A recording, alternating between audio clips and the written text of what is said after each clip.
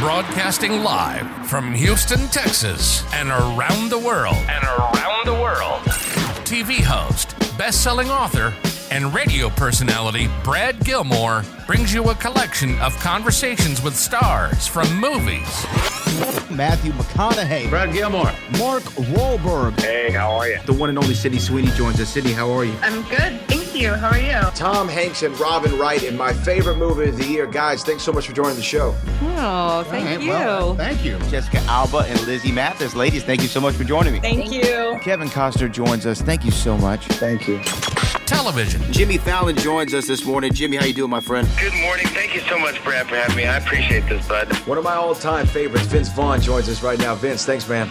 Oh, great to be with you, Brad, and great to be talking to Houston. Good morning to you. We got Owen Wilson. We got Judy Greer. Thanks for joining the show, guys. Thank you. Jay Leno joins us. Jay, how you doing? Hey, Brad, what's going on? We got Anna Sawai joining the show. Anna, thanks so much for joining us. Thank you, Brad. Music. Lola Monroe. Thank you. Thank you for having me. The legendary frontman of AC/DC, Brian Johnson, joins us right now. Brian, how you doing? Good morning, Brad. What looking to talking me funny, lad. Megan Trainor. Thank you so much, Brad. You're awesome. Paris Hilton, the infinite icon herself, is on the show. Paris, love the film. Thank you. I'm so proud of it. And more. This is The Collection.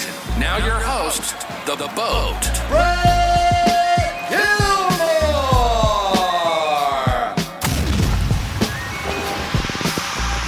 Yeah, Brad Gilmore with ESPN based in Houston. Nicholas, thank you so much for taking the time. Congratulations on the show. Thanks, Brad.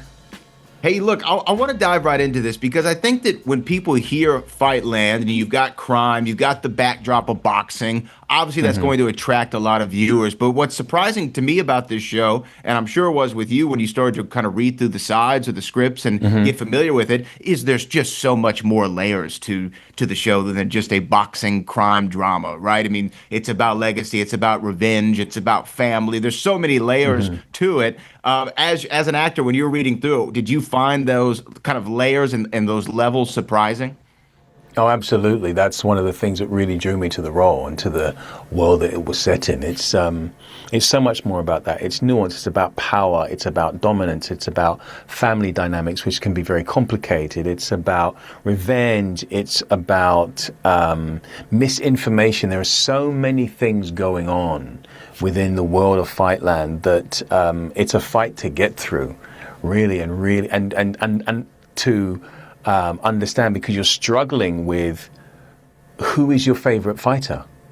You know, if you look at each of those characters as fighters against each other, you're wondering who's your favorite because your allegiance changes. When I was reading it, my allegiance was changing, you know, page for page, sometimes episode for episode, and you didn't know who to root for, and you also didn't know who was going to get a knockout punch and win.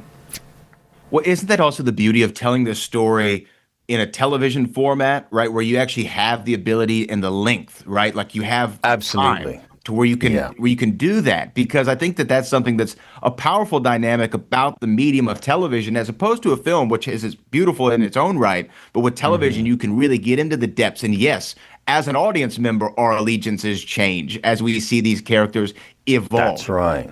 Because there are so many nuances that will get lost in the film. In the film of Fightland, you wouldn't have all the nuances that you have here. You wouldn't have all the branches from the trunk of the world that it's set in that shoot off here, there, and everywhere, and the leaves that grow and will fall and then, you know, change color. You can have all of those wonderful aspects in a TV drama that you can't get in Fightland. And I think Fightland suits itself and lends itself so much more to the medium of television because you have a lot of characters who are looking for different things and they can't all have it at the same time, but we want to know what it is you all want and how you intend on getting it.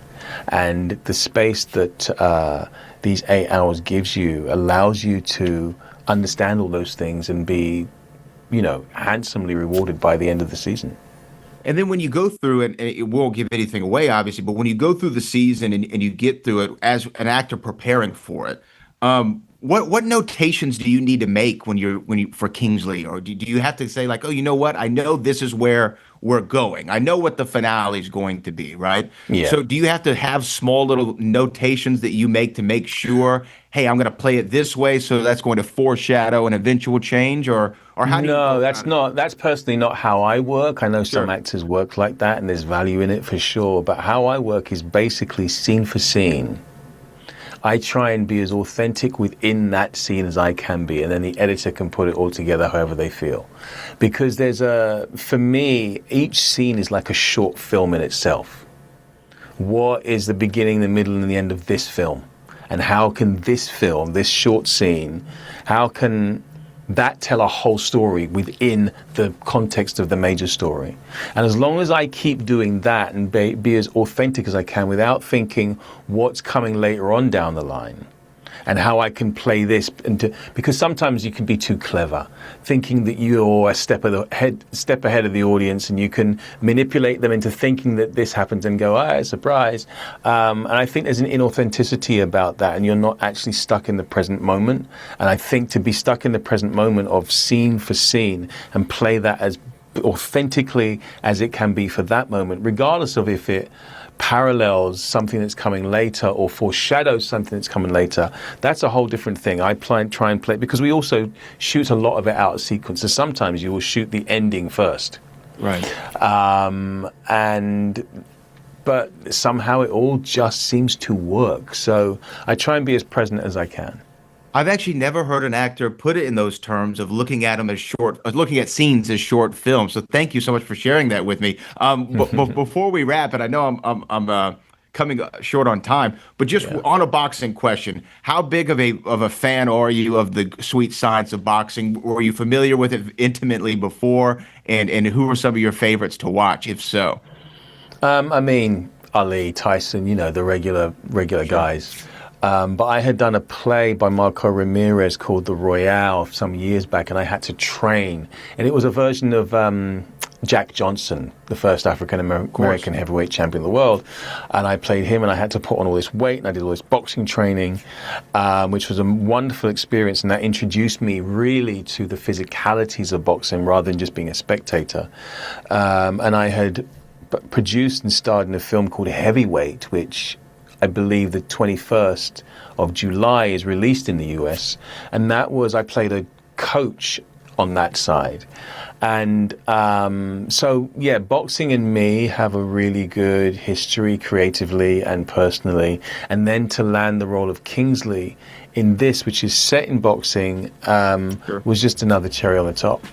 Well, you know what? A phenomenal conversation. I really do appreciate your insights, Nicholas. Again, congratulations on the series. Thanks, Brad. Take care. Have a good one. Thank you so much.